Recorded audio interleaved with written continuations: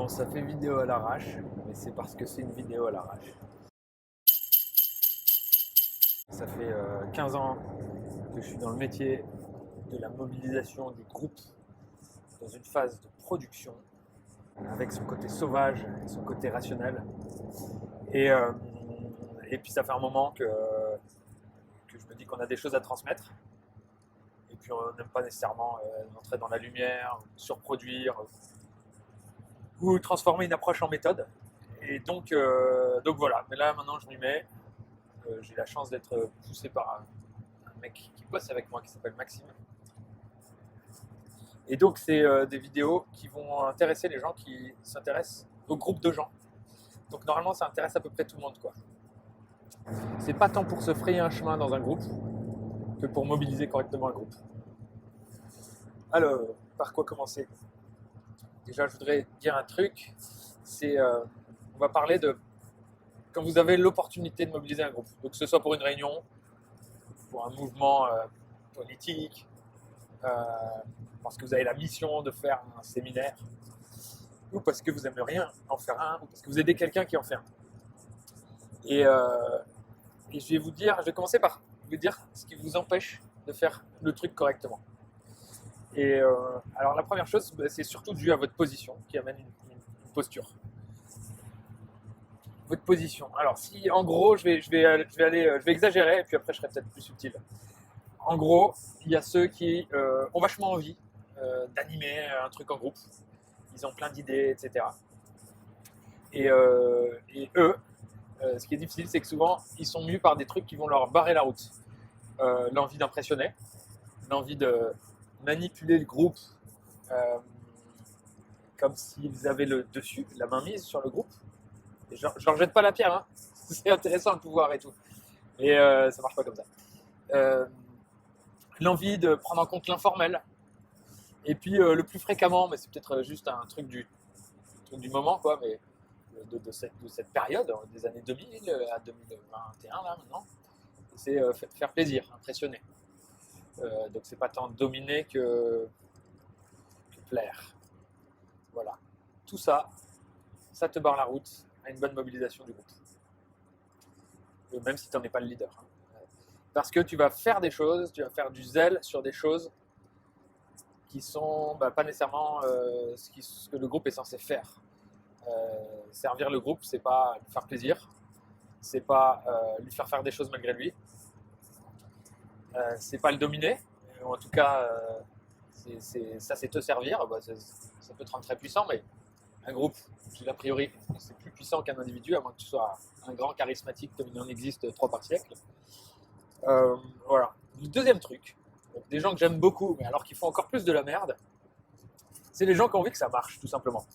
Donc c'est une contrainte, il faut que je mobilise le groupe, il n'y a pas un plaisir spécial là-dessus, et ils vont rester centrés sur l'essentiel, quoi. Donc ce groupe, il doit bosser là-dessus, il y a telle décision à prendre, c'est prêt, c'est pas prêt, on met les bonnes personnes et go. Et donc ça, ce sont des gens qui correspondent, on va dire, au cadre manager actuel, plutôt efficace. Voilà. Le problème, c'est que c'est des gens qui sont capables d'aller à l'essentiel, de se concentrer sur le rationnel de ce qui doit être produit au travail.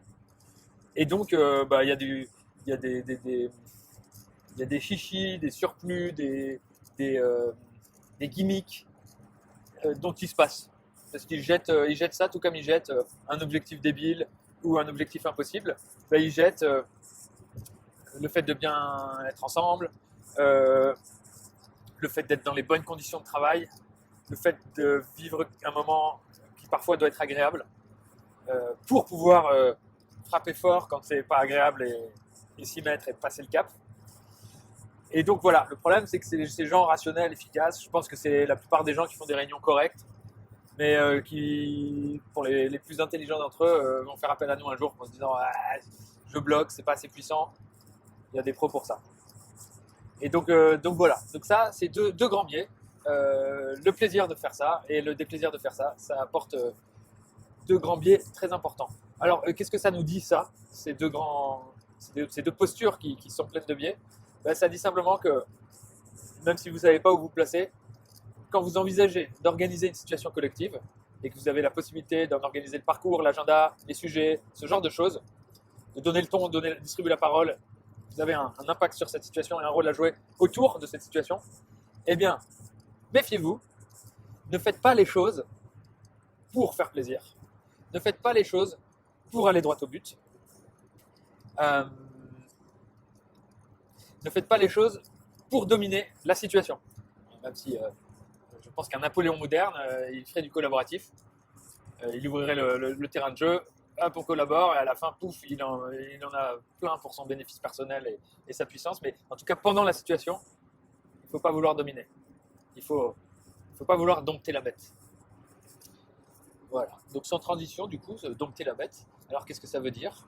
Je vais être encore un peu lyrique, hein, il y aura plus d'éléments un petit peu méthodologiques, mais j'aime pas ce mot-là, c'était une méthode. S'il y avait une méthode, ça ferait longtemps qu'elle serait pratiquée.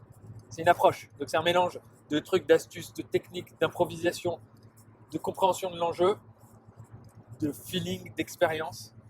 Mais c'est pas impossible, ça tombe pas du ciel.